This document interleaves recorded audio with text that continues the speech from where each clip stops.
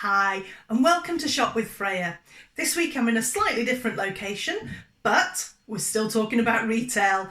And this week I've got a little treat for you because we're going to be talking about the theatre of retail and how you can implement the tricks and tips that the big boys put into their shops that will help yours. These are the things that they really don't want you to know about. So, with that in mind, it's going to uplift your sales. It's going to hopefully give you an advantage. So let's dive right on in. So what's one of the things that the big retailers do when they get their shops? Because of course their shops, when they get them, are just the same as yours. They are an empty shell and they're usually a door, windows along the front and a big square area. That's it. It's plain, it's simple. What they do is they take their customer on a journey.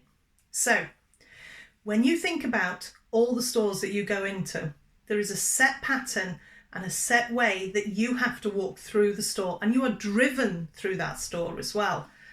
Now, most shopkeepers who are small shopkeepers don't even give this a thought. They do not even think about how they should be manoeuvring their customers through the store past the goods. But the big boys have spent a lot of money on this. Let me tell you, they spend millions with consultants trying to figure out the best way to get you through their store and looking at every single item. So let's look at, one of the big stores that has a warehouse. And I've done a little video here of a time lapse of me just walking through the store. And you can see you go up, you go down, you go up, you go down, and you're driven through the store on a journey. And that's what you need to be doing as a small retailer.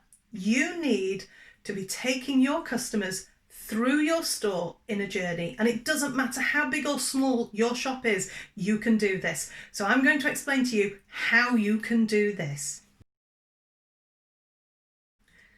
So let's talk about that journey and what you can do to keep your customer on that journey through your shop. And it doesn't matter, I can tell you now, it does not matter how big or small your shop is, you can still do this, okay? So think about where you're going to have your customer come into your shop, that's the first thing. And then secondly, think about how that customer is going to exit your shop and where your till needs to be. So you need to have your customers come in, you need to have a welcome, you need to have a signature of some description, whether it's a bell on the door or whether it's a certain colour when you come in, whether it's a certain feature in front of them that directs them, such as a barrier like a table. You need to have something that guides your customers in and welcomes them in. And then equally, at the end of their journey, once you've taken them through your store, what you need to do is have your till. So don't place your till in a ridiculous position. Place your till at the end of the journey, the natural end of the journey. And think about how the supermarkets do this. So they have banks of tills, but they're at the end of the journey. They're not over in the top right-hand corner of the store. You haven't got to go round the store and then go up to the top corner to come back out again. They are near the door and they are on the natural exit through. So think about that and think about how you're going to do that. I also don't want to hear any excuses of, but shoplifters, we need to be able to see them, etc., etc. That's exactly what CCTV cameras are for. You can sit at a till anywhere in your store. You don't even have to be in your store, quite frankly, and you can see on a CCTV camera now with technology who's going through your store, what they're doing, where they're going. So that's not an excuse anymore. Sorry, just a fact of life. But you need to think about how the big companies do this and how you can emulate it, because it will make a big difference to your store. I can promise you that. It really will. And as a bonus, I want to talk to you about how you arrange your tills as well. Think about it. Every big supermarket, and they have stopped doing this now, but every big supermarket used to put sweets and candy by the till, and they did it deliberately because that is where children would reach for it, would ask their parents for it, and it would be an easy upsell. Now, they don't do that anymore with sweets and candy. They tend to do it more with nuts and fruit and things like that, chewing gum, things that aren't as sweet and candy-like, but they still do it. They do it with magazines, they do it with bottles of water, they do it with paracetamols, they do it with chewing gums. So think about the things that are at the point of sale on your till, because that is a key area. That is an upsell area, and you need to be making advantage of that as much as possible, because whilst you've got your customer stood there, and they are stood there literally waiting for you to process their card or pack up their goods or whatever, they're sat there and they're bored, and you need to think about how you can upsell to your customers. So think about what products you can put by your till, because I can promise you it will upsell. It will improve your sales. Do not just have a blank till area. That won't help. When we had the sweet shop, what we used to do was in front of our tills, directly where the customers stood, we would put our prime product. Again, it was second again. We also had it in the shop, but we had it in grab bags that was easy for them to grab. We would put seasonal goods on there. And you need to think about what you are going to put in front of your till, because that is a key area on the customer journey. Think about things that are easy for them to take. So nothing that needs weighing out. Pre-weigh it out, pre-bag it, pre-price it. Make sure they can see the price and they can make that instant decision like that. And I promise you, if you do that, that's my little bonus to you, you will upsell like crazy. So whilst your customer is on their journey through your store, how are you going to lay out your store? Well, of course, you're going to have banks of items up on your wall. That's just natural. That's what every retailer does. But also think about your floor space. When you want to take your customer on a journey, don't just plonk things in the middle of the floor like tables and things. Think about strategically placing them so that they go either on a journey round them or past them, so they're maneuvered through a store. So you could have it almost like a zigzag that they have to come up and down. And I tell you a company that does this really, really well. The way they lay out their stores is fantastic, and that is a company called Tiger. Tiger just sell, it's hard to say really what they sell. They sell a bit of everything. So they'll do art stuff, they will do weird kitchenalia stuff, and glasses they do as well, and they do phone cases and kitschy little items. That's what they do, and they do it really well, because when you go into their store, you have to walk through almost a corridor that zigzags through their store, and the way they've laid it out is the stuff is all up the walls, but the stuff is also tiered in levels on their store. So, but it's not tiered so high that you can't see through to the other side of the store, which is really, really key to this. But when you have items in the middle of your store on tables, or whether you build a racking like they have, then what you need to do is make sure that items are tiered up. So the way you do this, and it refers back again to the rule of 3 that I mentioned before in a previous video, which you'll probably find up here or floating in the ether, wherever we decide to put it on the edit. But you look at the rule of 3 in visual merchandising, and 3 tiers is fantastic. That works every time. Don't just put a table and lay things out flat. Flat lays, keep them for your Instagram. When you're doing your visual merchandising, put them on tiers of 3. That's the best way to catch the eye. The eye loves it. Customers love it.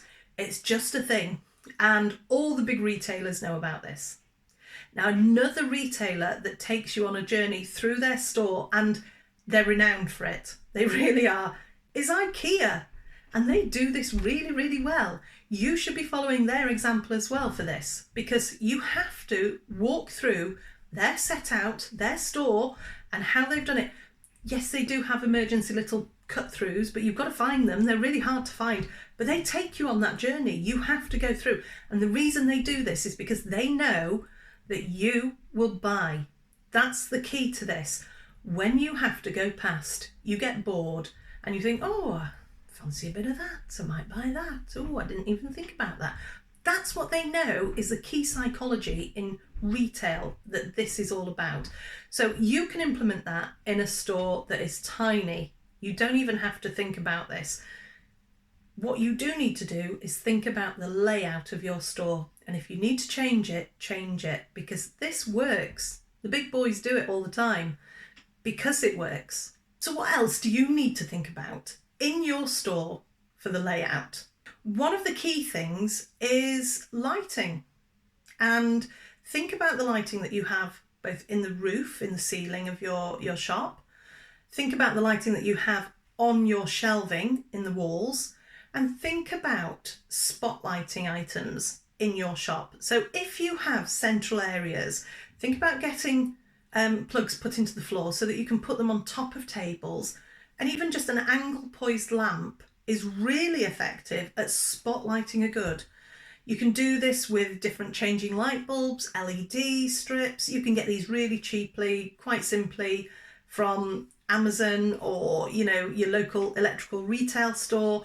Lots of places have these, but think about how you are going to highlight and spotlight using lighting. And you can take your customer through the journey with the lights because they love to go towards the pool of lights. It's just the way we are. We're like moths. Another thing to think about is the colour in your store as well. So think about the journey that you're going to take your customer on with colour. And this is a great example of it, where it's used in the shelves. So you can see how this sort of catches the eye, it's imaginative, and it highlights certain products. But of course, you can also have feature walls, you can do feature flooring, you can do all sorts of different colours in your store. And you can also lay out your store products in a colour scheme. And if you think about the rainbow as well, red and yellow and pink and green, orange and purple and blue, as per the song, then of course you can lay out your store in that design as well. People love these things that are subconsciously in their mind, and it feels like they know what they're doing. They feel like they're at home. They feel comfortable with these things. So think about these things. Think about the colours that go together. Think about how you can manipulate that and use that within your company, in your shop, to make your customers feel comfortable. Because a customer that feels comfortable is a customer that is going to spend money. If you have an awkward customer that feels uncomfortable in any way, shape or form in your shop, they don't feel welcome, they won't spend. So make them feel comfortable, make them feel like they are welcomed into your shop, that they know what they're doing, that it's something that they're used to. Just think about these things because they do work. So in closing, your shop is a blank canvas, and it doesn't matter what size it is, whether it's teeny tiny or huge. You can do this same little trick. You can think about how your shop is part of the theatre of retail, and my God, is it ever theatre, because it's there to entertain, it's there to keep people excited, and when they're excited, entertained, engaged, that's when they're spending money. So think about that, think about what you can do. Even if you just make a tiny change, even if you put a table that manoeuvres people around your shop in a certain way, think about making these changes, see if they work. You can try them out, different layouts. Just give it a go. But I promise you, if you give it a go, you might just see an uplift in your sales. And that's what we all want in retail, isn't it? Especially us little guys. Let's take advantage. Let's do what the big guys do. Let's take their hints and tips and let's use them for our benefit. Thanks for being with us. Again, if you're interested in my channel, I have got other hints and tips that I've done in videos. So I have got this one that is about the... I've forgotten it. So if you've enjoyed this video, and I hope you have, give it a thumbs up, subscribe if you're a shopkeeper, because every single week I'm doing videos like this, giving away the hints and tips that the big boys do not want you to know about. And of course, you can have a look back over my library of other videos that I've made. So I have made this one, which is about the 5-second rule and how you can implement that in your business to benefit you. And I have also done this video on IKEA hacks and how you can use IKEA hacks to your benefit, being as we've spoken about them as a shop today. So go and have a look at the videos, enjoy, and I will see you next week for the next video, 6 p.m. on a Sunday.